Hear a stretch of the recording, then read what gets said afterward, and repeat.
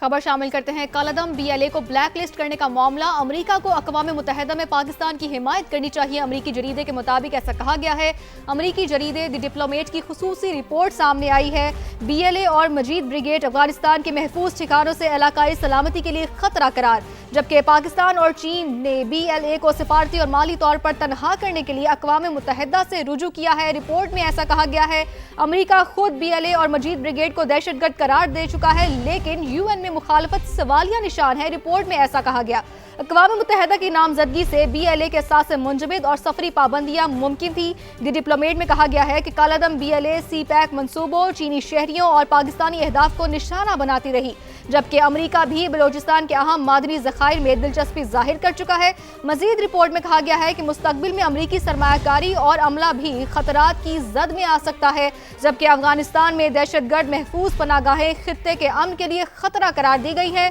اقوام متحدہ کی نامزدگی سے BLA کے ساتھ منجمد اور عالمی سفری پابندیاں ممکن ہوں گی۔ جی ہاں، اہم ترین یہ معاملہ ہے کالعدم BLA کو بلیک لسٹ کرنے کا معاملہ۔ امریکی جریدے میں یہ کہا گیا کہ امریکہ کو اقوام متحدہ میں پاکستان کی حمایت کرنی چاہیے۔ اسی حوالے سے عبداللہ حمید گل صاحب ہمارے ساتھ موجود ہیں، ان سے بات کریں گے اور ان سے ابھی ان کا کیا کہنا ہے، پہلے آپ کو وہ سنواتے ہیں۔ اقوام متحدہ میں BLA کی بلیک لسٹنگ کے لیے پاکستان کی حمایت کرنی چاہیے، ایسا کہنا ہے امریکی جریدے ڈپلومیٹک کے آرٹیکل کا۔ بہرحال BLA اور مجید بریگیڈ افغانستان کے محفوظ ٹھکانوں سے علاقائی سلامتی کے لیے اب بہت بڑا خطرہ بن چکے ہیں اور پوری پاکستان اس سے غیر محفوظ ہے۔ پاکستان اور چین نے BLA کو عالمی سطح پر سفارتی اور مالی طور پر تنہا کرنے کے لیے اقوام متحدہ سے رجوع کیا ہے بقول ڈپلومیٹک میگزین کے۔ امریکہ خود BLA اور مجید بریگیڈ کو دہشت گرد ماضی میں قرار دے چکا ہے، پھر اقوام متحدہ میں مختلف سوالات کو جنم وہ دیا گیا۔ اب BLA کو اقوام متحدہ کی فہرست میں شامل کرنے سے اس کے مالی ذرائع اور عالمی نیٹ ورک محدود ہو سکتے ہیں۔ اور دیکھیے، افغانستان میں موجود دہشت گرد محفوظ پناہ گاہیں جو بنی ہوئی ہیں وہ خطے کے امن کے لیے مستقل خطرہ بن چکی ہیں۔ BLA بلوچ لبریشن آرمی اب مقامی نہیں بلکہ علاقائی عدم استحکام پیدا کرنے کی صلاحیت رکھنے والی تنظیم بن چکی ہے، یہ ڈپلومیٹ کہتا ہے۔ اقوام متحدہ کی نامزدگی سے BLA کے اثاثے منجمد اور عالمی سفری پابندیاں بھی ہیں وہ ممکن تھیں۔ بہرحال BLA اب تک CPEC منصوبوں، چینی شہریوں اور پاکستانی اہداف کو نشانہ بناتی رہی ہیں اور اس کی درجنوں مثالیں موجود ہیں۔ BLA کی کارروائیوں اور رسائی کی صلاحیت مستقبل میں مزید وسیع خطرات پیدا کر سکتی ہے، نہ صرف پاکستان بلکہ پورے خطے کے لیے۔ امریکہ بھی بلوچستان کے اہم معدنی ذخائر میں دلچسپی کا اظہار کر چکا ہے اور اس سلسلے میں MOU کر چکا ہے۔ مستقبل میں امریکی سرمایہ کاری اور عملہ بھی ممکنہ خطرات کی زد میں آ سکتا ہے اگر اسی طرح سے BLA آپریشن رہی۔ صرف علاقائی یا یک طرفہ اقدامات پر انحصار BLA کے خلاف دستیاب عالمی ذرائع کو محدود کر سکتا ہے، اور اسی طریقے سے BLA کے خلاف متوازن اور مؤثر بین الاقوامی رد عمل کی آج اشد ضرورت ہے۔ پاکستان اور چین کے لیے یہ رکاوٹ سفارتی چیلنج ضرور ہے، مگر کوششیں جاری رکھنے کا امکان بھی ہے۔ امریکہ کی جانب سے قرارداد روکنا محض تکنیکی معاملہ نہیں بلکہ ایک پیچیدہ جغرافیائی سیاسی توازن کا حصہ بھی ہے۔ مستقبل میں امریکی عملی اقدامات ہی طے کریں گے کہ یہ فیصلہ BLA جیسے دہشت گرد گروپوں کے خلاف عالمی جنگ کو مضبوط بناتا ہے یا کمزور کرتا ہے۔ تو یہ گفتگو آپ نے سنی، اسی ساری صورتحال پر بات کرنے کے لیے ہمیں جوائن کیا حارث نواز صاحب نے اور عابد لطیف صاحب نے۔ بہت شکریہ آپ دونوں کا، آپ نے سما کو اپنا قیمتی وقت دیا۔ عابد صاحب، سب سے پہلے میں آپ کی جانب آؤں گی، کیا لگتا ہے آپ کو کالعدم BLA کو بلیک لسٹ کرنے کا یہ بڑا اہم معاملہ ہے اور امریکی جریدے کی جانب سے خصوصی رپورٹ شائع کی گئی ہے جس میں BLA اور مجید بریگیڈ افغانستان کے محفوظ ٹھکانوں سے علاقائی سلامتی کے لیے خطرہ ہیں، یہ واضح طور پر کہا گیا ہے؟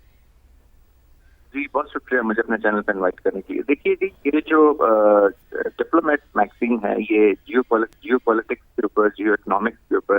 जियो स्ट्रेटजी के ऊपर बहुत ही एक ऑथेंटिकेटेड प्लेटफॉर्म है, एक पब्लिकेशन है जिसको पूरी दुनिया में कोट किया जाता है। इन्होंने पहले भी इस रीजन के ऊपर बहुत कुछ, और पर्टिकुलरली अफगान वॉर के ऊपर बहुत जगहों पे ये कोट हुआ, बहुत जगहों पे ये डिप्लोमेट मैगजीन हो गया, फॉरेन अफेयर्स मैगजीन हो गया, फॉरेन पॉलिसी हो गया, ये एक गाइडलाइन और क्लियर पॉइंट आपको मैप देते हैं जिसको यूजुअली लोग फॉलो करते हैं। अच्छा देखिए, ये असल में 2024 के अंदर अमेरिका ने पहले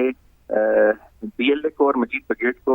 specially designated global terrorist outfit जो है वो डिक्लेयर किया था एज पर देयर ओन जो एक्ट है उनका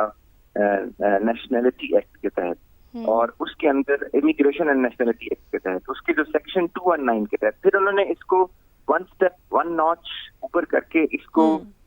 फॉरेन टेररिस्ट ऑर्गेनाइजेशन डिक्लेयर कर दिया। उस वक्त अंडरस्टैंडिंग ये थी कि अब क्योंकि अमेरिका ने अपनी जो लीगल, आपको पता है कि जो अमेरिकन पॉलिसी है या जो उसकी